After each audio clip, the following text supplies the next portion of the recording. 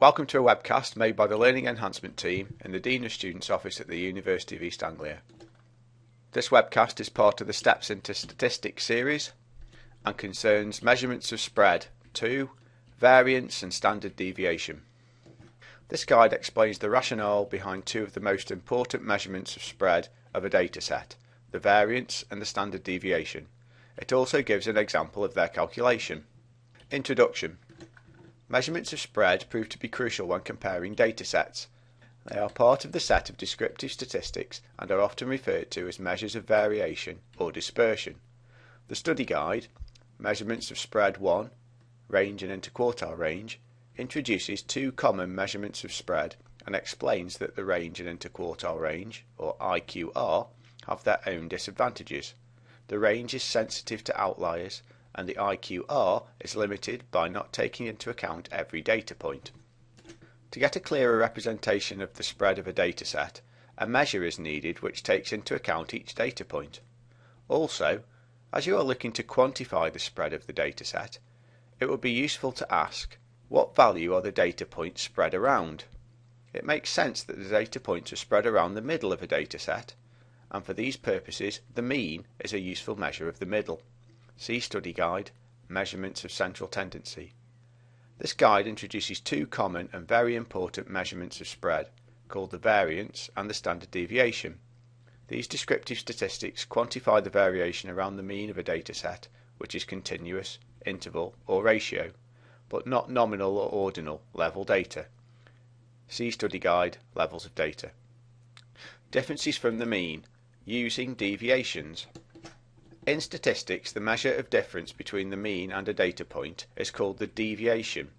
In order to calculate this deviation of a data point from the mean, you subtract the mean of the dataset from that particular point. A particular data point is given the symbol xi, where the subscript I helps you keep track of the different data points, and the mean is given by the symbol x bar, pronounced x bar. So, the deviation of a data point I equals xi minus x bar. If you calculate the deviation of every data point and add them together, you get the statistical measure, the sum of deviations. Statistics uses the uppercase Greek letter sigma, this, to represent add them up, and so the sum of deviations equals the sum over I of xi minus x bar, where the deviation is bracketed because these are what are being added together. You might think that if you divided the total deviations by the number of data points you have, then you would have an average deviation. This is a reasonable idea, but as the mean is in the middle of the dataset, the sum of deviations is always zero for any dataset. This is an important result in statistics, and it occurs because the deviations due to points greater than the mean, which are positive, perfectly cancel out the deviations due to points less than the mean, which are negative. This does not help you to measure the spread of your dataset. Because the sum of deviations is zero, you will get a result of zero, which is not helpful. Let's use a simple case to see this more clearly. Assume that your dataset is the two data points 8 and 24, as shown below. 8, 24. The mean of these 2 points is bracket 8 plus 24, close bracket, divided by 2, which equals 16. So here is 8, here is 24, and the mean of 16 is in the middle. You can use this to calculate the deviations for both points, which are 8 minus 16 equals minus 8. So the difference between 16 and 8 is minus 8. And 24 minus 16 equals 8. The difference between 16 and 24 is 8, respectively. If you add the deviations from both points, the sum is 0. You should notice that the size of the deviation is the same for each point, but not the sign. In calculating a measurement of spread, it is the signs of deviations that cause problems. In statistics, the problem of the sum of the deviations being equal to 0 is overcome by squaring the deviations. When you square a number, i.e. multiply it by itself, you always get a positive number. This solves the problem of the negative sign. For example, for the deviations above, both minus 8 squared and 8 squared equals 64. Adding all of the squared deviations together gives the sum of the squared deviations, which is an important measure in statistics as it forms the basis of calculating both the variance and the standard deviation. You write it mathematically as sum of the squared deviations equals sum over I of xi minus x bar squared. Take notice of the superscript 2, which denotes squaring.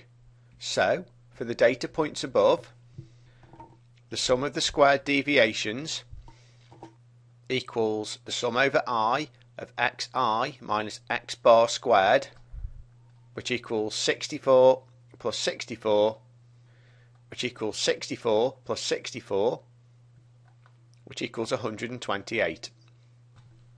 The variance. The variance is one of the most important descriptive statistics of a dataset, and one of the measurements of spread most often quoted. The larger the spread of a dataset relative to the mean, the larger the variance is. It plays a crucial role in inferential statistics, the statistics concerned with comparing datasets. The variance is fundamental to the F-test and therefore ANOVA, which stands for Analysis of Variance. The variance is the average of the sum of the squared deviations.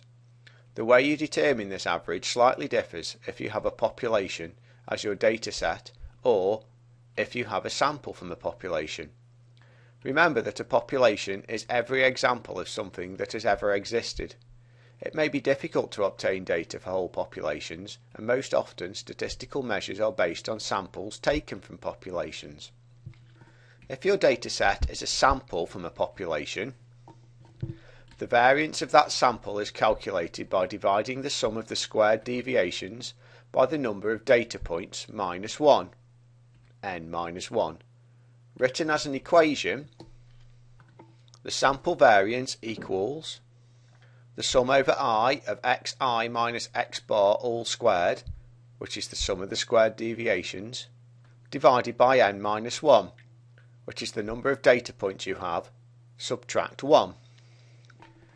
If you have the whole population as your dataset, the variance of the population is calculated by dividing the sum of the squared deviations by the number of data points, n.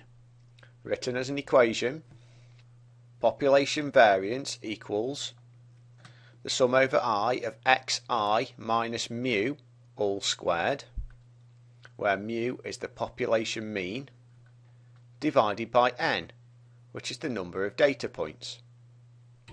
In statistics, it is customary to use the lowercase Greek letter mu, this, to represent the population mean.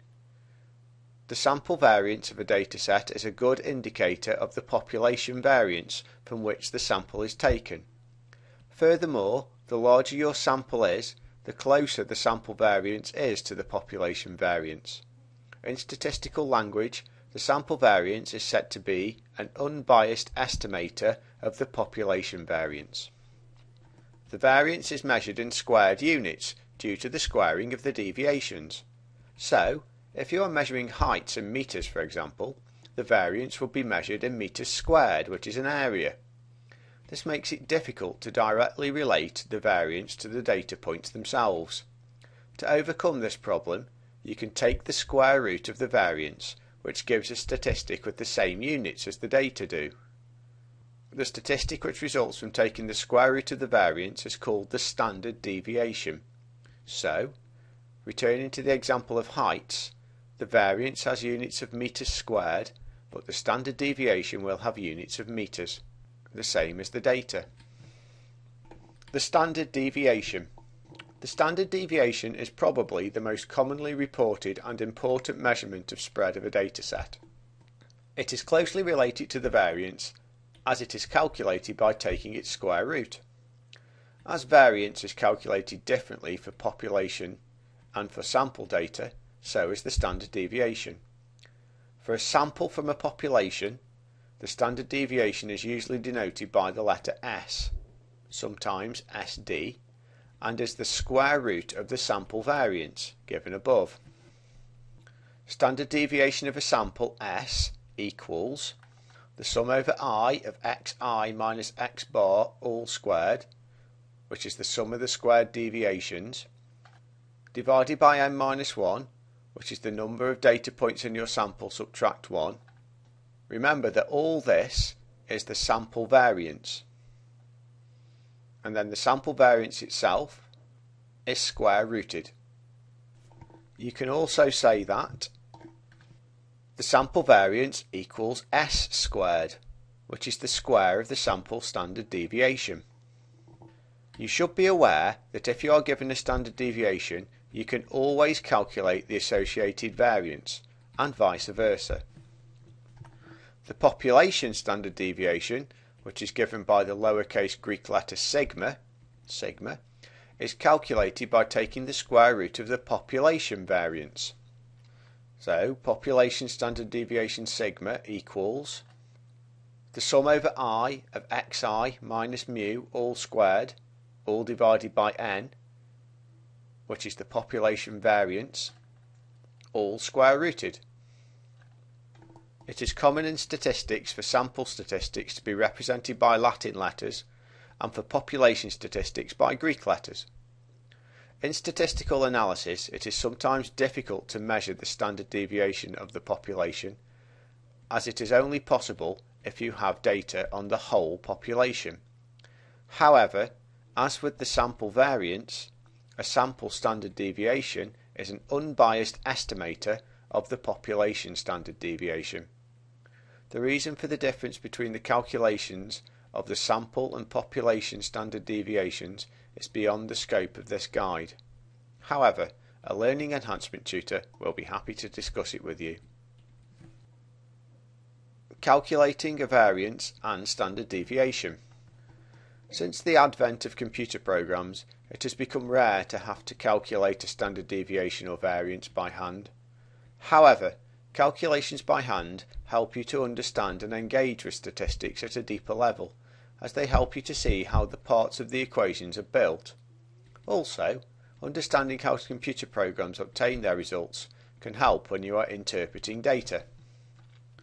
Example: calculate the variance and standard deviation of the following sample of the test results of 10 students taken from a population of 100 students. 23, 56, 45, 65, 59, 55, 62, 54, 85, 25. The basis of both these calculations follow a method. First, calculate the mean, then the deviations, then the squared deviations. Also, you need to sum the data points to find the mean and the square deviations to find the variance.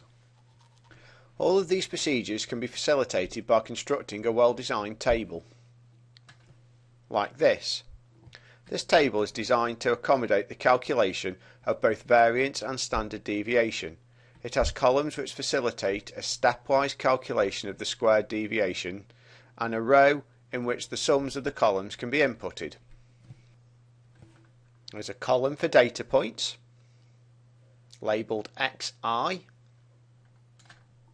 a column for the deviations, xi minus x bar, and a column for the squared deviations, xi minus x bar all squared.